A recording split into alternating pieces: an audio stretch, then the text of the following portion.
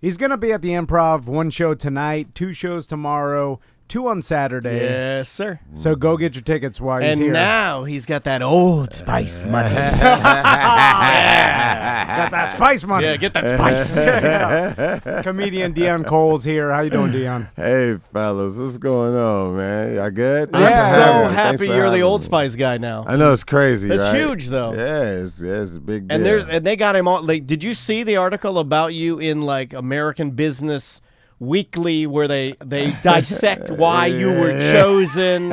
And they do. They go. They go through. They're like he's irreverent and quirky. And traditionally, the Old Spice traditionally uses a black man. And they go on. I mean, they dial it down. They break it about down, how he comes in a long line of other popular black spokespeople. And I'm like, what the fuck? They go in on it. Yeah.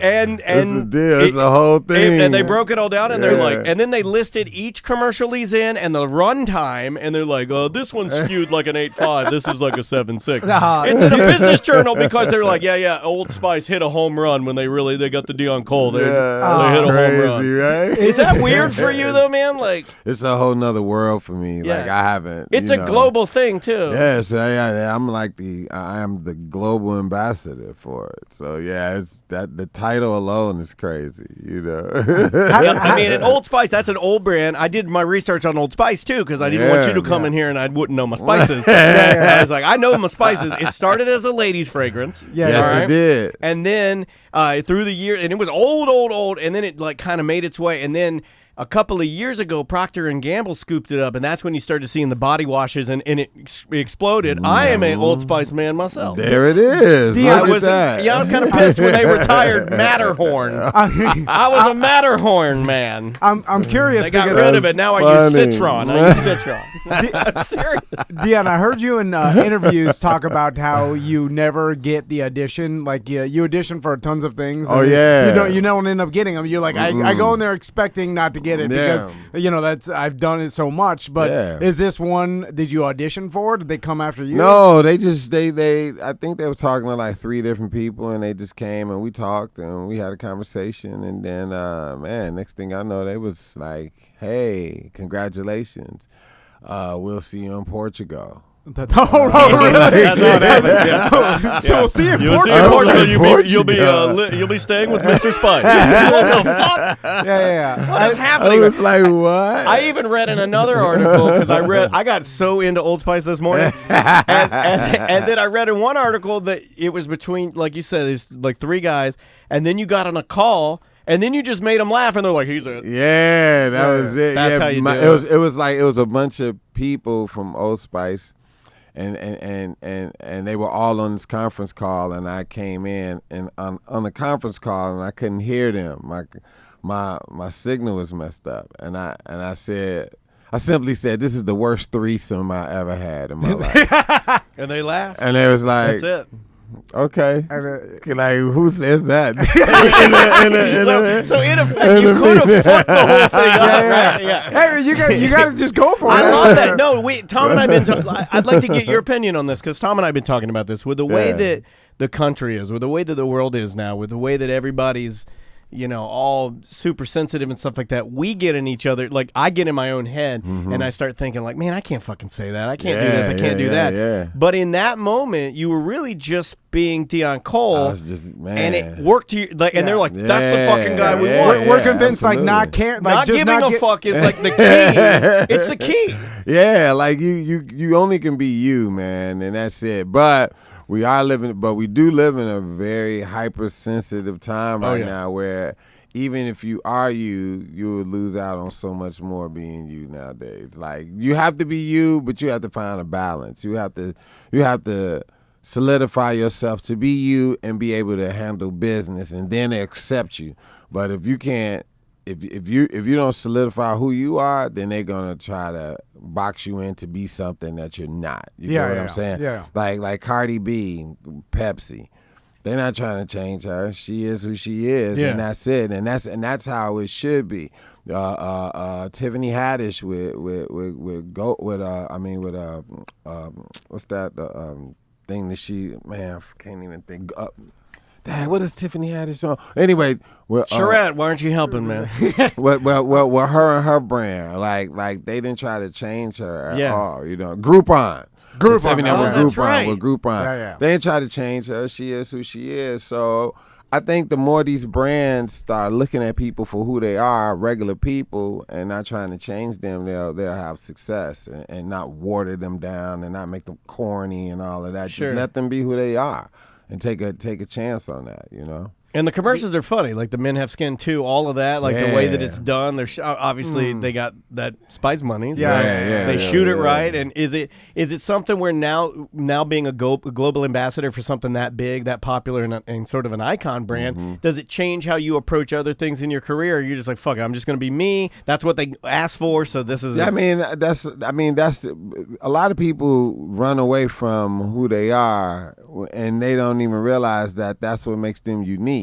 Like, you wake up every morning and don't even acknowledge that you are that there is nothing on this planet Earth that looks and act like you. You like, a lot of people don't acknowledge that. Well, I try to do that. I try to look and go, if I become like them, then I'm gonna get lost in the shuffle. I have to be me because that's what's going to sell is me. I'm different and I think different. And if more people embrace that and apply themselves to what they do, it'll make them unfireable because can't nobody do what you do. I heard you in an interview, Deon, talk about when you were coming up as a stand-up, and there was a lot of comedians kind of doing everybody was kind of doing the same thing, you know. Like, everybody had suits and it was in the 90s, and it was everybody was like trying to fit in this mold. But I'm gonna start dressing like Sinbad, like little fat white shoulder Sinbad. pads, little Sinbad. Yeah. But you went a different route. Did you realize it back then? And like, hey, I just got to be myself. Just got to do something different. I just always felt, I don't know what I'm doing. I just know, and I don't know where I'm going. I just know I better be me when I get there. Yeah. That's the only thing I was like, I don't know what I'm doing, I don't know where I'm going, but wherever it is, I'm going to be me when I get there. And you're right. And it's easier when you get there because then you just got to be yourself. Yeah. Because we see a lot of people, like, they pretend to be someone they're not in their entire career. And then you've reached a level of fame and celebrity and everybody wants you to be that person. And deep down inside, you're not. And that's got to be a horrible existence. And it'll eat away at you. Yeah. It'll eat away with you. Eat away at you because then once you're done doing what you're done doing, then you have to go back to you, or do you live the rest of your life that way? That's like somebody playing like some gangster in or some mafia guy in some movie, and then you become that person, and then that movie's over with. You gotta constantly be this person, and now you've boxed yourself in to something that when you could have been several other things, but you became this person, and now that takes away from you. If you who you are in the beginning,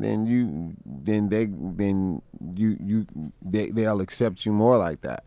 Plus, when you are you, it's less rehearsal. You know what I mean? You ain't got to rehearse. Like it's easier. It's better for me to learn lines as a regular person than it is for me to learn lines for something that isn't normal. If I have like us talking right now, let's say this was a movie or a TV show, the dialogue we having right now is normal to me because this is just normal dialogue. Right. Yeah. But if I become a colonel in space or something, and I got like a space war movie, and I'm talking about the intergalactic changing modules of the verdacious, I can't memorize that that well. You know what I mean? It's harder for me to memorize that, because it's not real. You know what I mean? So the more real it is, the less rehearsed it'll be. Deon, the last time we talked to you, we were actually in our older studio a couple years ago. That's why I came in here. I was like, man, y'all hooked the place up. We just put our face I was like, everybody. no, this isn't. It was like 2 blocks over. It's 2 blocks over. It's Would like you believe the same building. They though. have this shit at Rent-A-Center. Yeah. All of this shit we just lucked out. Look at these Tom and Dan posters, honey. Honey, should we put these in our? We got 2 more payments I own Dan. We haven't even scratched the surface on top. Then the last time we had you in, like I had just started watching Blackish, right? When me and my wife just started getting into it. So I didn't know your character, didn't know the Oh man, the board sequences. That's the wisdom. That's the wisdom coming. Wisdom yeah, part, that's when you know right? you're about to get taught some shit. So I like that when it comes on. I'm like, oh, I'm about to learn some shit. you do The little white girl in the elevator is the funniest shit I've right. ever seen. That's the funniest shit I've ever. That's a real thing, man. Little white girl in an elevator is like, That's a real thing. I'm fucking crying. To this day, if there's a little white kid on the elevator, I'm waiting on the next elevator. You should let it go. I'm not getting That on is it. a I'm It's not so getting true. on it. And I don't care what anybody says, and people are like, oh, no. That's some actual shit. I refuse. Well, I didn't realize then after we had you in, like I started watching Blackish, and I'm like, really, you do a great job on the show. And now Grownish, I mean, yeah, it's Grownish, just spiraling out of control. I didn't realize originally you entered that show as a writer, and you weren't going to be the character Charlie. Yeah, I wasn't supposed to be on that show at all. I had another show called Angie Tribeca with Stephen Carell and Rashida Jones, and I was waiting on that to start filming, but it was taking very, very long. And a woman by the name of Tamara Goins, agent, she was like, man, they're looking for some writers over at ABC for this new show they're going to be doing. So she was like, I'm going to introduce you to this guy named Kenya. And I knew who Kenya was, but I just never knew him. And she introduced me and Kenya, and we talked. And they started telling me about this character named Charlie that they wanted me to write for. And I was like, okay. And I was just telling them what I think the character should be. And it was supposed to be Charlie Murphy. That's why the character that I play is named Charlie. But really? Charlie, Wow. yeah. So Charlie, he didn't want to leave New York and leave his kids. So he was like, I don't want to do it at the last minute. And then Kenya was like, why don't you play the character? And I was like, all right, I'll play it like once. And then it was supposed to be like one time. And it took off, and I kept doing it, and here we are. Yeah. No, I wanted to ask you this because as I learned more about you, because I knew you were a writer for Conan, and I've heard you in other interviews talk about you were the only black writer for Conan at the time. Yeah. And I wondered, and I don't know if this is true or not, but I was like, I wonder if he got a lot of comedy from that experience, because I'm now watching Blackish, and there's, like, you talk about the boardroom when you're sitting with the character Dre is there, but primarily it's the boss, Leslie, and his white kids. I mean, we all know what that setup is. I think that's why that's why I really identify with those scenes, is because you and I know what it's like to be in those fucking radio meetings. With old white people. Oh my god! And they're telling us everything. And like one time, remember the time you were in there? They did this. They're like, in order to get our energy, get our ideas flowing, and we're gonna hand out some Play-Doh and just make. Remember that? Yeah, it was like they're a creative just make meeting. whatever comes into What'd your you make? mind. I don't think I. No, I sat there. I'm like, I'm not playing with the fucking Play-Doh like a baby. They wanted Get us the to play fuck with out of here. Play-Doh. And they're like, just like, for a second, let's remember what it's like to be kids, and let's free ourselves. I'm like, fuck you. I want to either give me a check, give me some vacation, like do something. That's funny. But we all. So when I see you guys in those scenarios, it's awesome. But did you take any of the experiences of being the only black writer for Conan? And I'm sure there was like awkward meetings like that, and they transferred Sitting in the writers' any room. over to black. No, not really. No, I didn't. No, they two different. It was two different things. Like that writers' room over at Conan was like something else, man. It was wild. Like, I mean, I went from trying to fit in to being wrote for. You know what I mean? Like it was a transition. I never did try to. I tried to write like those guys, and I couldn't do it, and I just was like failing at all attempts of trying to be this great writer with all these guys from Brown University, and they all had Emmys, and they were like fantastic writers, and it just didn't work. And so I just was basically, I was ready to quit. I was just like, yo, I'm out. And they asked me, we was writing a script on Oktoberfest, and I didn't know what it was. And I just was like, yo, what's Oktoberfest? And they was like, it's a German drinking day. And I was like, what? And they was like, yeah. And I was like, everybody got a goddamn drinking day but black people and shit. And they was like, what? I was like, you got Cinco de Mayo for Hispanics. You got St. Patty's Day. And I'm like, German Day. I'm like, black people don't even have their own drinking day. And the hair writer, Mike Sweeney, was like, write it up. And I was just like what? And they was like, write it up. Yeah. Then we gave it to Conan. And Conan was like, this is funny, but I don't want to do it. He was like, you do it. He was like, you come out. I'm going to bring you out on stage tonight. And when Were you like, record. what? I just was like, and then do what? Like, I still didn't get it. I was like, and then what do you want me to do? Right? And he brought me out, and man, the rest was history. It went from that to me to them going, like, they'll bring up something else, and I'll be like, that's corny. And they'll be like, why? I'll be like, because, like, I don't do that. And then they'll be like, write it up. Like it'd be just these real moments. That's and organic, so that's real. Organic, yeah. And so then it just started popping off like that. And then they start writing for me instead of me trying to fit in and like try to write like for them or whatever. So they start writing bits for me and everything like that. So it just transitioned to me being like, you know, like a guy over there, like the guy, and out of all love and respect, like those guys, they fell right into place and like really like looked out for me after that, you know. But Blackish was like, I didn't even get a chance to write because Charlie quit. I mean, you know, rest in peace, Charlie. Yeah. He quit, and they just threw me right in, like boom. So I just started learning lines. So I never did get a chance to write, but I just knew how the character was gonna be, because I was going to write for it. So I played the character the way that I was going to write it. Gotcha. Yeah. So basically, you're writing your own character, as I'm performing. Yeah. That's super interesting. Yeah. And I heard going back to the Conan thing. I heard you in an interview talk about when you were the first week you were there, you were thinking about quitting because the schedule was like, you know, get up early, and you're used to, as a stand-up, you're up all night and then writing on. You know, you go to sleep when you're supposed to get up. Exactly. And then, but then you had some people in the office come by and tell you, hey, you got to stick around. It was these two black people that worked at Conan, and that was it. It was the IT guy and a secretary.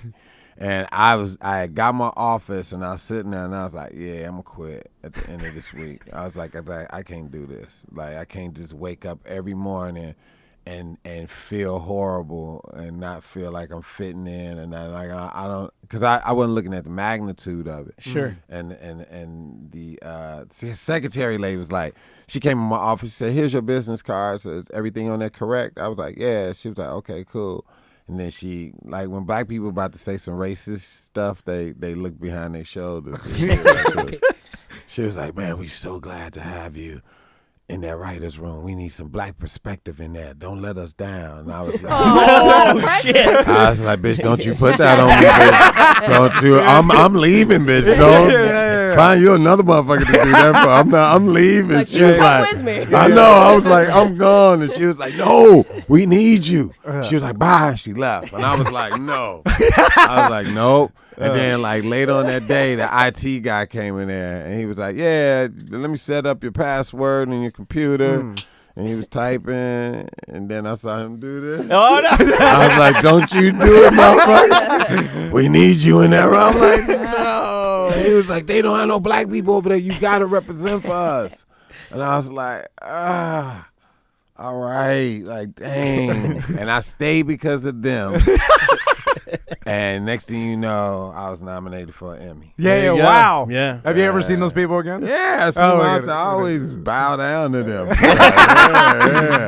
Nominated for 2 Emmys, 3 Writers Guild Awards. That's wrote impressive. for the White House Correspondents' Dinner, all that. It's so funny where your path could go if you make that decision. You know, like certain small things happen in your life, and then it keeps you there. Yeah, and but then I mean, you're on one the path main or vein another. I'm seeing here is that you were just being you. You know, you're just being genuine, and you kind of let it.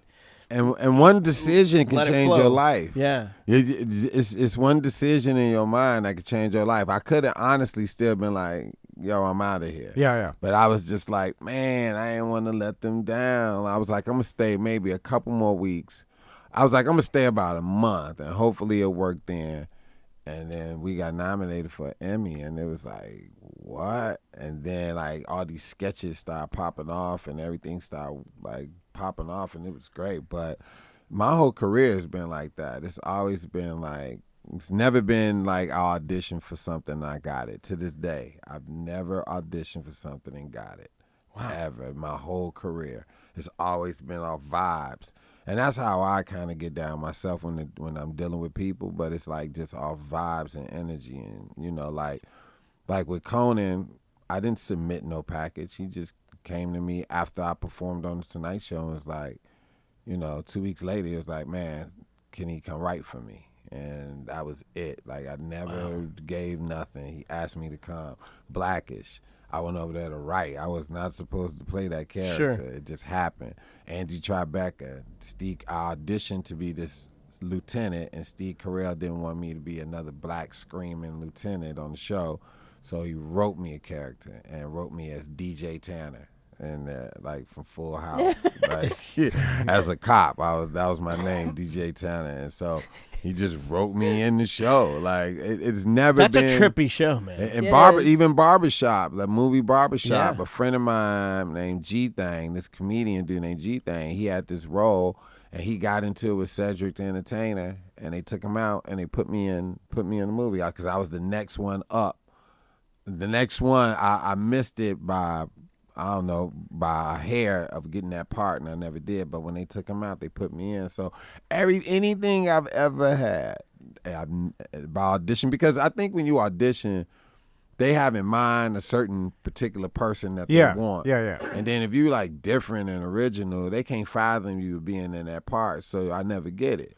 You get what I'm saying? Because I go in there. Too much of yourself. And I'm just something that they couldn't fathom. You know what I mean? And they go, nah, that ain't what we want. You know, instead of being like other people like Conan and Steve Carell and Kenya Barris, these guys who take chances and go, yo, he's different. Those are three and massive I like names, that. by the way. Like if you line all three of those guys up, you're like, oh, wow. Because these guys go off vibes and feeling. They go, you know, instead of sticking married to if you're married to ideas, you'll miss out on so much more because you're only going off what you know instead of going off of what other people It's kind know. of selfish, isn't it? Yeah, it's selfish too. And you lose out on so much more. Yeah. You know, you like if you stay in the same job forever, you know, if you quit your job, you ain't no telling what'll be waiting on you. Sure. It'll be like 18 other jobs waiting. People been waiting on you forever to come up, but you don't know until you know. You know what I mean? Yeah. And so that's how it always been. And that goes for anybody listening too, man. If you feel like, man, I ain't never getting nothing that I really want or whatever, like they can't fathom you being in that thing, and you got to make it happen for yourself. You know what I'm saying? And so, if you stay the course, you know what you're gonna get. It's what you got. Yeah, you know it's just when it's gonna come, and but somebody gonna see that and they gonna take a chance on you or whatever. Like it's kind of like shopping. Like you got a brown suit or something, and you looking for some brown shoes to go with your brown suit, and you see these yellow shoes, and they amazing. But they just don't go with the suit. But you're going to remember these shoes. You're going to be like, you might even go buy an outfit to go with these shoes. And what would you buy for your yellow shoes? I don't know if I can pull off yellow shoes. I don't know if you can tell, but that might be the most fashionable. He might be the most fashionable person we know. Well, if it ain't yellow, any color. Well, Deon, I know, going back to Conan, because Daniel saw you in Atlanta when at the Conan, Fox Theater. Oh, yeah. Conan did the tour. I didn't even know you were on the bill because they had only said Reggie Watts was going to be there. Yeah. But then you really opened. Yeah, they're closed. I was. Were you after? End. But regardless, the way I remember it is you kind of fucked up the room, man, because you did so well that, like, no offense to Conan, I mean, the show was great, but, you know, but we were like, you were like a really highlight to me and my wife. We were like, holy shit, we've never seen this guy live. He's killing it. But it was a reveal. That was like Conan wanted it. Conan wanted it to be like, yo, we gonna put you out there, like, boom, like, I'm gonna bring out my guy. and boom. It was awesome. You just like, who is this? It was dude? the first night of the tour too. Yeah, man, it was crazy. What, June 15th, I think, which is now my crazy. daughter's birthday, which Really? is weird. Well, yeah. wow. Like that's a June That's 12th great. is my birthday. That's why I was there. Man. Wife got me tickets to see you guys for my Yeah. birthday. Just that's just got good energy in my life. The 12th to the 15th is Look good. at that. You know? Look at that. So, Deon, I'm interested in that time period because it was so bizarre what was Still going on. bizarre. We the country never really saw like the behind the scenes, the dirty part of the business where like the non-competes and giant networks just being like, nope, here we go. That person doesn't exist. Yeah. We have a little bit of that because that's why we started this. Like we work for giant corporate Clear Channel Radio, and then when like Daniel left, they just like pretend he never existed. Yeah, they were and trying then to fuck me pretty hard. But it was the best thing that happened to us because it caused a bunch of people like, what the fuck is going on? And then support, a massive amount of support. And we saw it with, on a 100 million times bigger level with Conan. Well, he's Team Coco. I mean, you've got like ride or die comedy people for life now because of that thing. Because of that, yeah. What And was I your still feeling rock of? with Conan. I was just on Conan like maybe about a month Was ago. that when you did the the college thing or? Well, recently. Yeah, because I saw. I did a sketch recently with him about what was going on in the news about something that was going on in the news, and I was like, who wasn't surprised? Black people. Yeah, the college, the rich white people. Oh pay yeah, off the college, yeah. That was really good. Yeah. And then prior to that, I was on there as a guest. Maybe probably about 2 weeks prior to me doing that skit or whatever. So yeah, I still rock with Conan. That's heavy. awesome. But to my point, what we all said earlier, you just don't know until you know. But as long as you stay somewhere and you don't branch out, you ain't no telling. You won't know how better you'll be if you leave something and. Yeah. Your situation is the same thing. Yeah. Like you left this corporation. And things are better. That's and that's exactly what I was saying earlier. Like you have to get away from your norm. If you're uncomfortable, that means you're elevating. As long as you're comfortable, you're not elevating. Right. And when you have these jobs and you sit up in these jobs and you sitting there and you're chilling and you get your paycheck and you do this and you get your paycheck, you're comfortable. You're not thinking about elevating. But there's an end to everything, and that's what you're not realizing. You should always let one door open up another door and keep doing that and keep doing that and keep doing that. But you got to leave in order to get something else like you all. You all are amazing right now. That's great. Well, I appreciate that. Yeah, thank you. But Deon, like during that time period, did you even know like the mass, just the mass support that Conan was gonna get, and like what was like that time period like when then Conan decided to go on tour and you went on tour with him and the mass amount of people, the support and stuff like. Did you see them? I mean, even Conan himself realized, like, oh shit, was he surprised by it? Man, none of us seen that. None of us seen that coming. That was so of a shock to all of us. It was crazy. Didn't nobody see that kind of support and love coming. We just was like, oh well, we got to leave NBC because they want him gone. So they paid him. 'Cause remember they gave him $45 million to leave and stay off air. Yeah, and that was for hard. like 7 months, right? Like yeah, he couldn't for 7 even. months. He couldn't do nothing, and that was heartbreaking to him, man. I never to this day I never seen him like that. Wow. Like when he was the way he was, because he mirrored his whole career after Carson and the Tonight Show. That was the carrot. That was the carrot the whole time. Yeah. He did all his shows in New York. It was one day you gonna get this. Yeah. One day you gonna get this, and then he get it. And they snatch it away from him. They snatch it away from him, and it was devastating. It was devastating. Never seen him like that before. And we consulted and sat and was like, man, we're gonna do something else. We're gonna hit the road. We're gonna tour. We're gonna do all this, and it's gonna happen. It's gonna pop for you. And man, the amount of love, man, that was like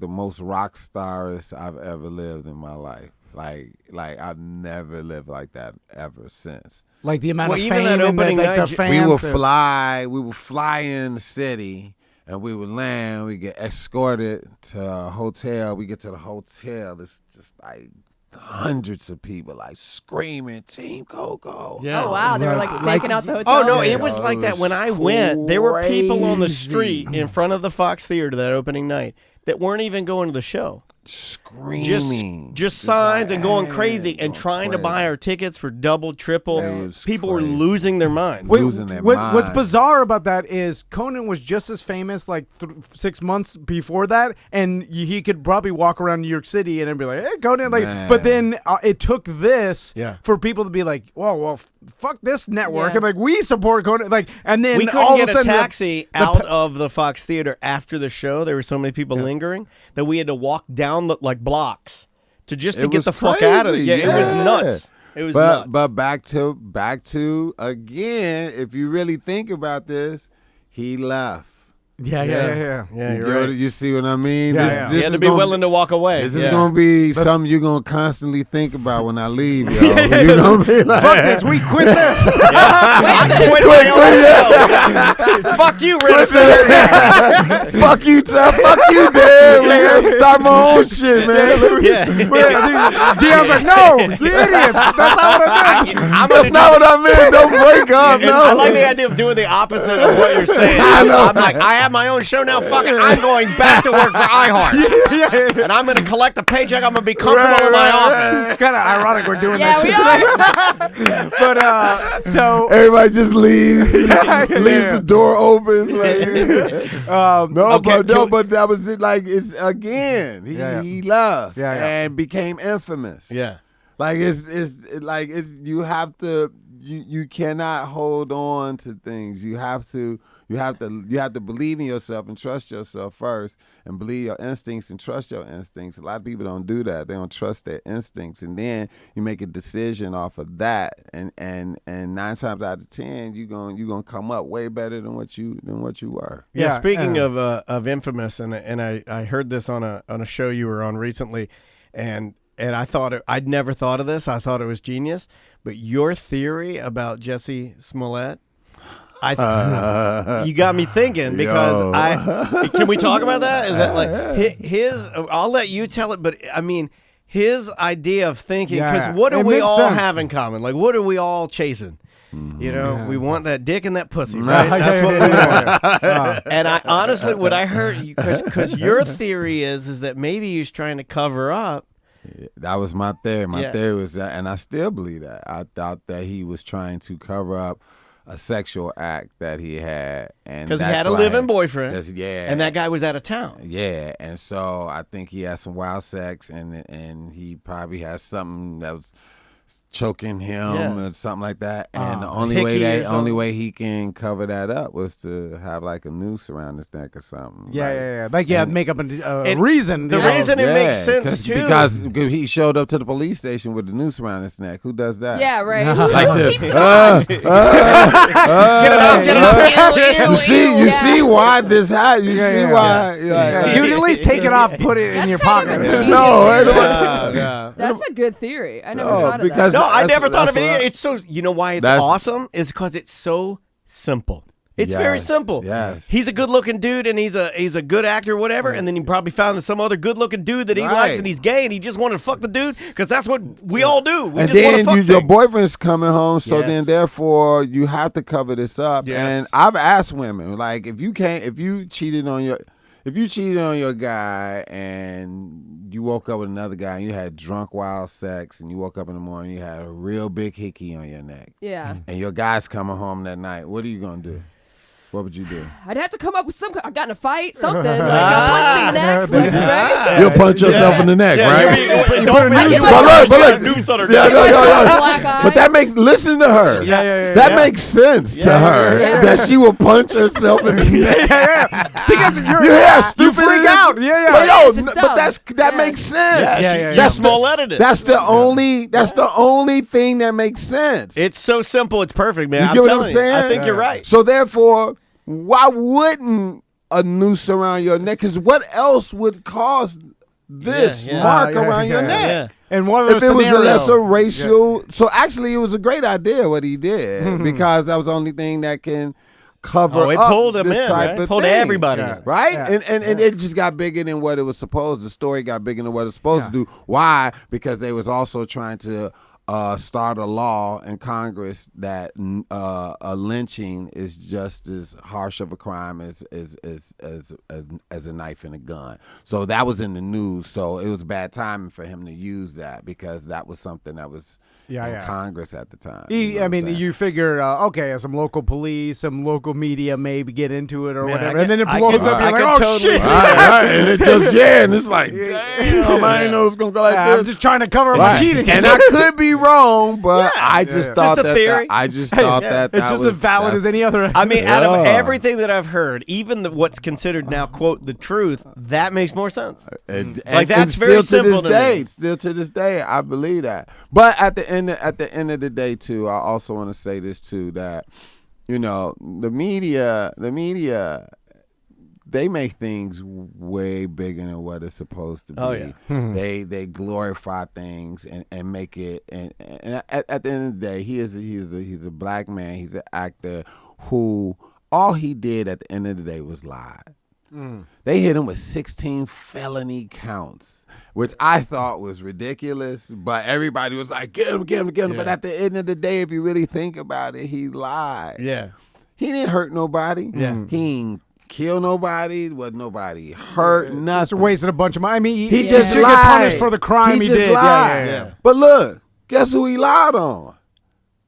Himself. He didn't even lie on nobody else. Yeah. 16 felony counts? Like, Well, it swung everybody- way 'cause one way and then everybody's back pissed. the other Yo, way. Then it back yo, up. it was the craziest thing. It'll go down as the most bizarre shit. that happened Bizarre shit in the past ever. 5 years. That's what it's going to do. It's going to go down as the most bizarre shit ever. No one, and then it's funny because one side hated him, the other side hated him. Now, both sides hate him. Yeah. Then it's like it's And weird. then it's over. Yeah. It's over. You know, I feel bad for that.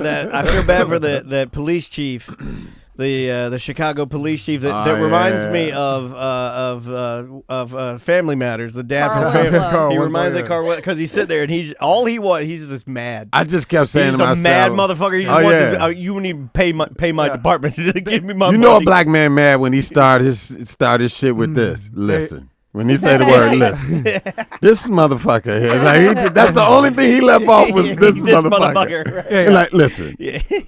He was mad. He man. was so mad. I don't blame man. him. I'd be mad too. Yeah, and then make him look stupid. At the same time, we got Aunt Becky gonna do Oh, God. maybe 2 years in jail for a rich white person giving money to other rich white people to get her kid into a rich white school. They are- It's bizarre. They are locking motherfuckers the fuck up. What is going on? I feel like now because we live in These this world, it's bullshit crimes, like you said, man. Jesse lied. They're like 16 counts. And 16 then she felony paid. They're counts. like 40 They years. like 40 years for trying to pay for education that you didn't deserve. And there's dudes. There's dudes. 40 years. And you know, there's guys in there that like did something. I don't know. Oh. They're fucking speeding. They're like, oh shit. Killed someone. Yeah, they're like, what the fuck am I gonna get? That is manslaughter. so Yeah. crazy. That's the world we in now, man. It's insane. That's hilarious. I'm saying that tonight too. And let the world know that is funny. I need to add that in there. That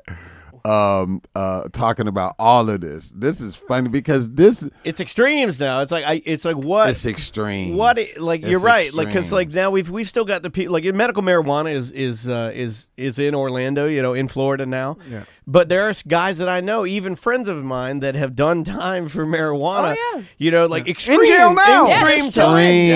I just bought a bunch of THC pills. Oh, Walked in the store, bought it. Oh, we like, buy I got all my the card. THC. What do you want? High last night, high, and I'm like, someone's in jail for this. Like, what the fuck? Yeah. Like, if you look Aunt at my, Becky, you look 40 at years. you look at my bedside table, I swear to God, it looks like Whitney and Bobby's bathroom. It's like Coke cans and all my vape pens everywhere. It's terrible. And I'm like, I'm fine. And I'm like this, and it looks We're talking nefarious. about it. It looks nefarious as shit, but it's legal. It's I got my legal. car. That shit's just laying all. I got tons of THC at my house. No one cares. No one Someone's cares. in jail for it Yes, right now. yes. It is bizarre. It's like, bizarre.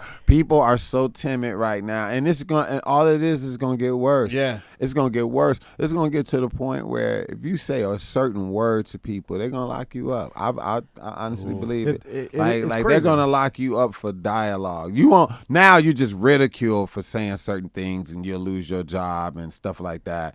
But I think you're gonna get locked up.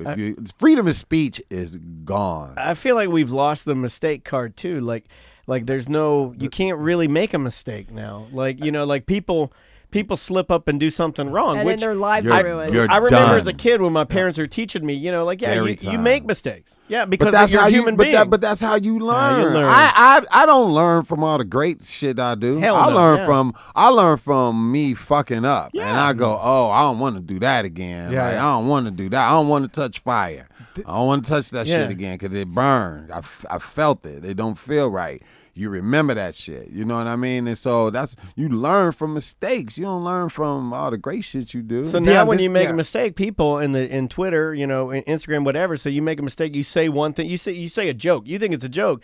Next thing you know, you've got, it could be 100,000 people calling for you to be fired and ruin your life. Man, I just said so something. many times I didn't post this stuff on Instagram, and people that took it so many different ways that I wasn't even I ain't even think like that. I'm like, ain't nobody thinking like that. Like I post a picture of, if I post a picture of a cat, they'd be like, look at the Old Spice dude talking about pussy. You'd be like, no, that ain't, it's a cat, motherfucker. No, I ain't getting that. Where did you get that at? Like, I wasn't. You used an example in an article I was reading about you where you talked about sharing a cartoon of two dogs. Yes. You know what I'm talking about? And I tried to, it was, I'm trying to remember the joke. No, Stray. Yes, it was two dogs with collars on. Yeah. And they had collars on. They walked into this bar, and they looked around the bar, and they seen all these other dogs in there with no collars on their neck. And the other dog said to the other dog, oh, my God, we're in a stray bar. Was terrified to post that. Yeah. Yeah. Because I just thought that the gay community would be like, oh, why is he talking about gay, straight, or whatever?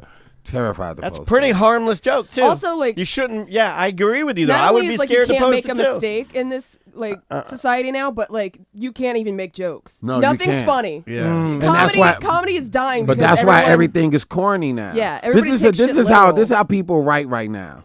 They write in the hopes of, I've been in writers' room with writers, and this is how horrible it is right now. They write stuff down. They go like this. That's funny. And everybody goes, yeah, that's funny. Put it in. Because they think it's funny. And they go, they're supposed to laugh at this. This is what you should be laughing at. You're not really laughing at it because it makes you fun, make you laugh. This is what you're supposed to laugh at. Yeah, and you go, and people do it. It's like that ain't even a real emotion. That really didn't make you laugh. You just laugh because you heard a punchline or something. You feel like you were supposed to. You're going through the motions. There's no progression. Not. Because you can't, because that's what it always was about. It's like what's funny today shouldn't be funny tomorrow. You should progress to something, and and then people get more and more progression and more out there, and more and more creative. And then now, as a society, we're like, oh, you can't go that far because you could offend someone. Yes. We're putting limits on everything. Put it back. And that's why movies suck. That's why music suck. Everything sucks, and it's gonna even get more suckier. Everything's vanilla as fuck. Everything is vanilla as fuck, and it's gonna get worse. And that's why I'm like, people like me listen to old school shit like fucking Tribe and fucking Fleetwood Mac, goddammit. That's really, that's all you need, right? A little Tribe, little Fleetwood Mac. I'm all right. I'm all right. Well, I'm glad that's how I stretch out. Give me some Q-tip, give me some Lindsey Buckingham, and I'm good. I'm good. That's hilarious. I'm glad we mentioned social media and one mess up in your career and how it could follow you forever or ruin your career. Because you mentioned this in an interview one time. You talked about we read everything about you, man. I appreciate it. I love this. I love this. So you opened up for Ja Rule one time, and it was just and we often ask you. We probably asked you this question last time you were here. I can't remember, but about people's most awkward gig for the money or whatever. And you talk about how that it didn't go right because everybody's there for Ja Rule. Something didn't go right with Ja Rule? That's But this is during his height. This is pre-Fire Fest. But imagine if someone had a cell phone camera and there was smartphones back there and filmed the shit that people throwing his stuff My at you. career would have been over. Yeah. Do you think it would have been over? I think so. I think I put it like this. I don't think it would have been over, but I would have had to do some work to get back to where I needed to be. Because you would have been labeled. Been hard. Yeah, I'd have been labeled. And I imagine comedians now go through that where because you don't know, you take some money for a gig, you're like, oh, it sounds good, I like Ja Rule or whatever it is, and then it doesn't go right, and guess what? Things don't go right all the time. People have bad experiences. Right, and comics, we're in the mind state of, if I'm doing a show and I'm in a room full of people, whatever, and it's not a theater, it's like a comedy club, this is a very intimate setting. Yeah. This is us. So you're just thinking us. What we talk about in here is what we talk about, and we're discussing stuff, and we should be able to do that. It's like a town meeting in a sense. It's a one-off too. It's every show is different. Somebody put a camera in there and they film that and send it to the world. It's almost like invasion of privacy in a sense. Yeah, because you're releasing what we talking about, and you shouldn't do that. Same thing with Hannibal Buress. That's what happened with Bill Cosby. Hannibal was in a room performing. He'd done that before. And he done it several times. Yeah. And he was just doing his material of his thoughts. That was it. And somebody recorded it and put it out there, and then the world went crazy. Yeah.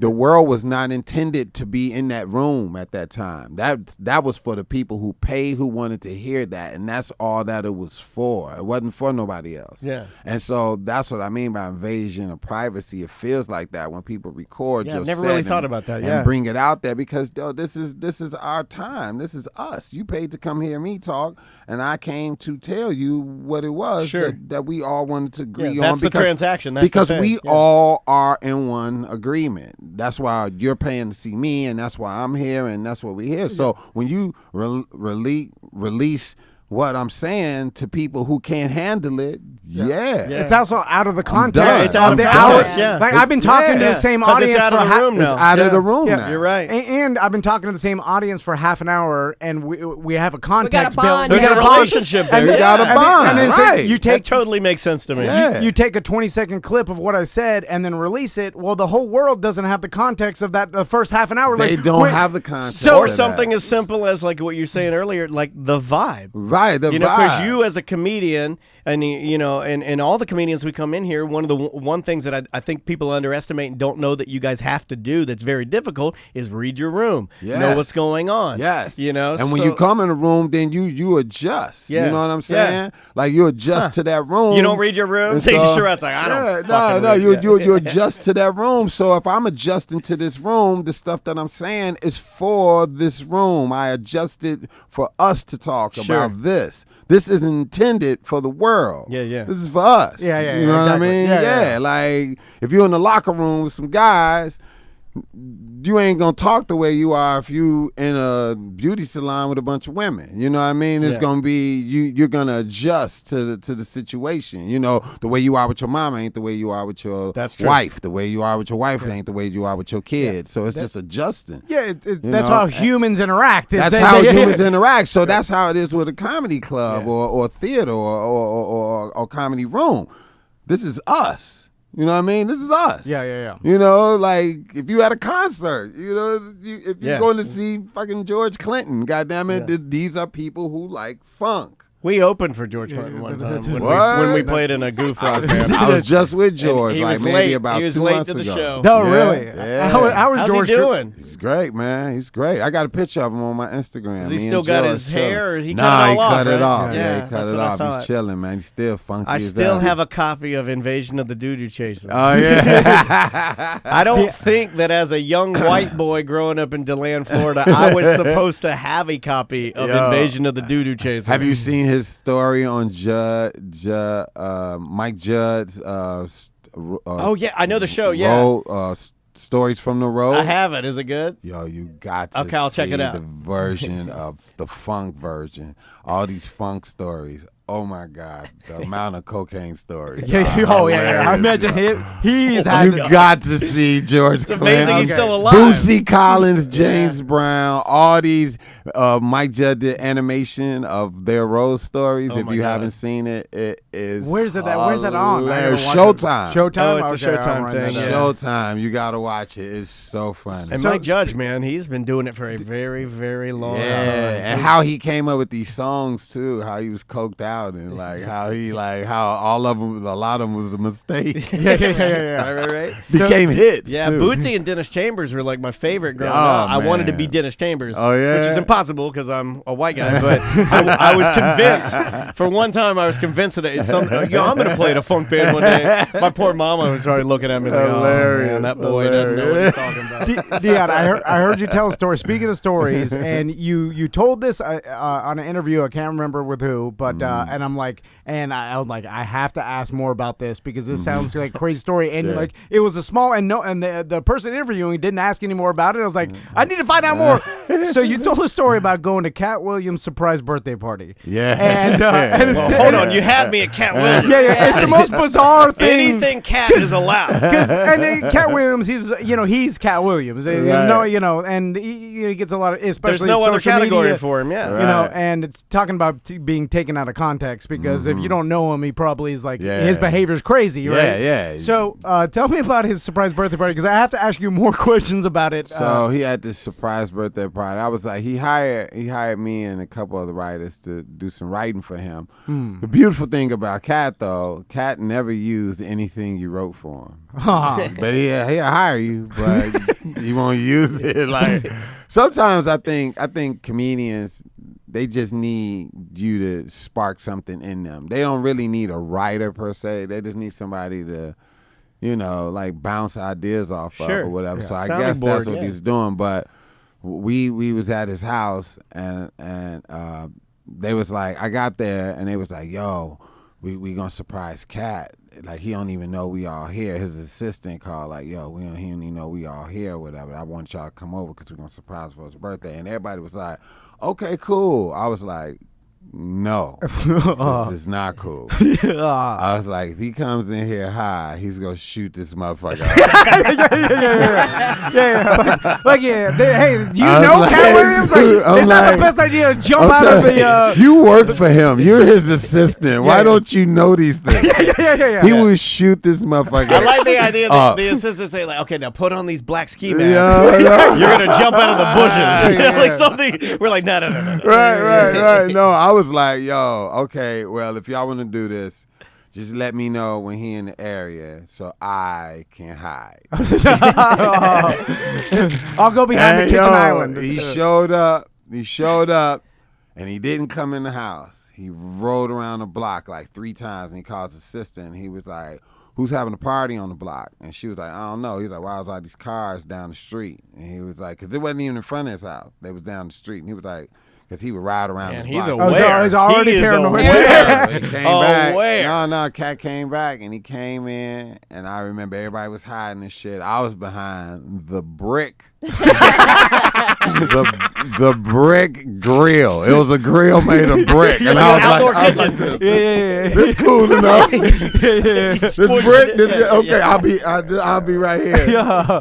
And he came in, and they clicked the lights on. They was like, surprise! And I was like,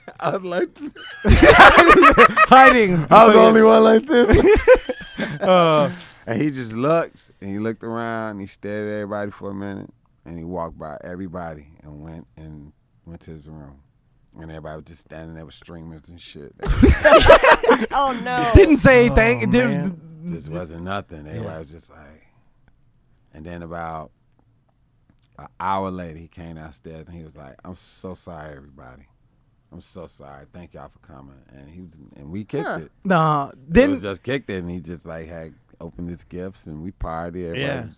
But he needed like an hour to kind of. I don't know what it was. I don't know. Decompress. You I mentioned don't like surprises. You But walk I mean, right it in. ain't gonna take me an hour to get over it. But But Katt is my dude, man. Katt is always like you learn so much from him. Yeah. It's the simplicity of Katt Williams. Like he'll just say something. Like you'll be like, "Man, I got a DUI," and he'll be like this. "So why was you speeding?" You got all the time in the world. Why would you speed? Like, you brought that on yourself. You get no sympathy from me. You'd be like this. Yeah, I did bring that. With like knowledge. Yeah, it's like real, like wow. And didn't he during his birthday party? Yeah, I took 75 hours of DUI stuff, and I learned the most from you that were one throwing some second knowledge he to did. Soldier Boy.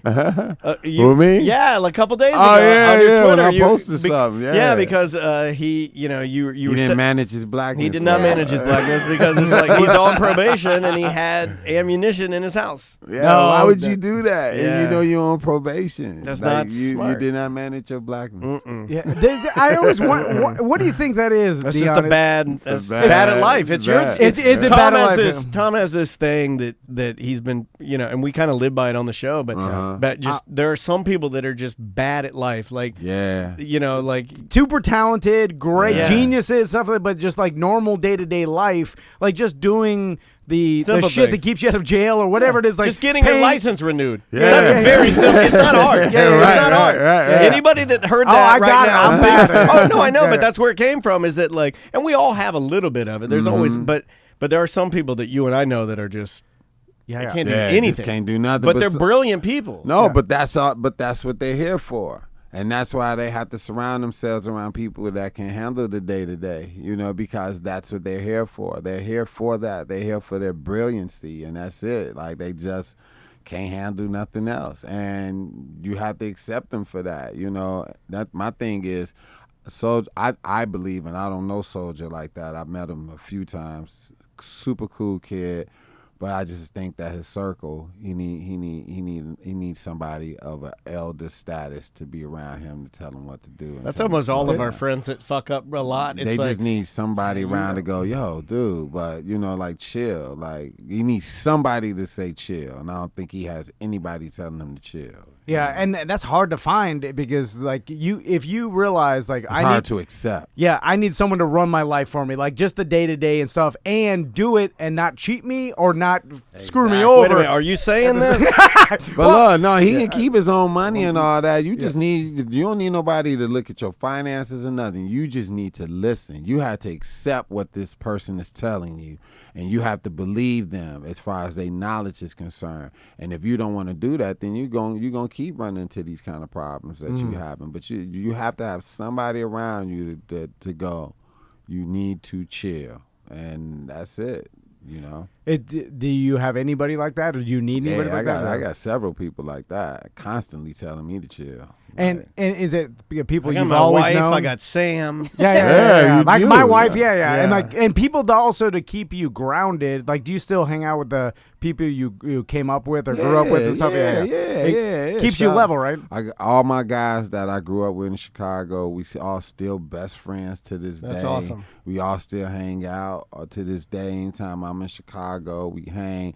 I got my people in LA that I'm cool with, that I hang with on an everyday basis. My girl Tamra, Brooklyn, my girl Brooklyn, like my sister. Like, I got people who talk to me and tell me exactly what it is. My girl Nefertari, she keep it like 100 with me, so I plenty people around me that my manager is like one of the realest. She rub everybody the wrong way. Because she's so real though, you know what I mean? And so and Anthony Anderson, like Anthony is unfiltered. He would tell you in a heartbeat, you are fucking up. And the same thing with me. I'm able to tell him that, and so it's good to have these people. But like I said, you have to be able to accept the criticism. And that's the problem that people have. It's not getting it, it's accepting it. How many people don't have those people in their lives, and you see them like, man, you're spiraling out of control because you surrounded yourself with a bunch of yes men that just are not. They're not there to tell you the right thing, or they're not there to even tell you what's good for you. Yeah, absolutely, and you need that. It's all about balance, man, and people don't have that. They just they feel as though if they created something or did something and it worked, and you can't tell them nothing after that. You know what I'm saying? My buddy, my sensei, Kenya Barris, the creator of Blackish and Grownish and all of that, just left, and he works at Netflix now. They gave him $100 million to go. You can look it up. They gave him $100 million Well to come done. over to Netflix. And I still can call him and be like, "You an asshole. You an asshole." Like he's accessible, that like we can talk like that. And I'd be like, "Yo, you fucking up, or you doing this," and he can me and him had a talk recently, and he told me some shit like, "Yeah, you fucking up." He told me about me, and like we can talk to each other like that. It's not about money or none of that. It's about accepting what it is that someone has to say about you that you trust. Yeah, you know, in order to make the change, you know. Deon, thanks so much. Man, we're honored to have you in here. Every time you come in here, you drop some knowledge on us and help us out. I appreciate that, man. And I thank y'all for always embracing me, man, and always being good and having a great conversation, man. Y'all deserve everything that y'all get. Thank you, sir. Thank you. And when you come back, hopefully we'll have both of these paid for. 6 more payments. Six more payments. 6 more. And then we're going to get ourselves a big screen. Only for the Super Bowl. That's great. Again, grab your tickets as the Improv Orlando. 1 show tonight, yes. 2 shows tomorrow, and then 2 shows on Saturday. And follow me on my Instagram, Please y'all, do. at DeonCole, man. Follow me, Look man. for the blue Let check. me That's how you know. Yeah. And buy an Easy Scratch. Yeah, my Easy Oh, fuck, Scratch. we didn't even talk about We didn't get into a lot. I was so mad this morning like when a she genius. showed me that. I've been trying to find a product. Like, seriously. Hold on, what is that? I don't know. I've been trying to find a product that's either black, Latin, or gay, because that's the key. You got to find that product. That's, dude, it's so to get rid of the pat. Scratch. Because you know when a girl gets a weave or something, if you get your hair did, Or braids or whatever. braids, whatever, twist, weave. and then it gets itchy, you have to slap. I did not know So that. you won't mess You're your telling me like I hairstyle up. know I that. thought- Okay. So you won't mess your hairstyle Yeah. up, but I created this tool, me and my girl Rose. Fucking genius. And it's like this little like thing that you take and you just stick in your Tiny. hair and you can scratch it. Yeah. And you don't mess up your You don't mess style up of your hair anymore, and you don't have to look And crazy. you don't have Yeah. to be patting and none of Yeah. that. And this and Brilliant, man. And one day I did this I think it's a station. 4-pack for $29 or something Yeah, like that. three pack. Yeah, we were all on the website. I'm like, God damn it. I did a show, I think like in Memphis, and the news lady on there, she surprised me and bought one. This white woman, right? She was like this. I bought one of your Easy Scratches, and I was like, well, what are you doing with it? She was like, I love it. She was like, I Extensions, hairspray too, She yeah. said I hairspray my hair for the news. Oh, so she didn't want to mess up her wig. Right. Yeah, So yeah, it's yeah, gay, yeah. so Yeah, it yeah. freezes, and she uses it as well, so she don't mess up her style. Oh, yeah, wow. go to the letter EZ-scratch.com. Yeah. And y'all pick up one and Yeah. give somebody with it. I love Hell ideas yeah. like that. It is Thank cool. y'all. Like, we went Thank you on for a- reminding Yeah, me yeah, that. yeah. Thank you, Sam. Thank you. When Sam told me that, I go, God damn it. He is a G. I love it because it has nothing to do. It really has nothing to do with comedy, but you get that passive income coming in. That's how you know. That's how you know. There it is. 2 man. shows, 1 today, One 2 show shows tonight. tomorrow, 2 shows on Saturday. Thank you, Yes. man. Thank and you all so we'll much, see you on the man. Friday Free Show, guys.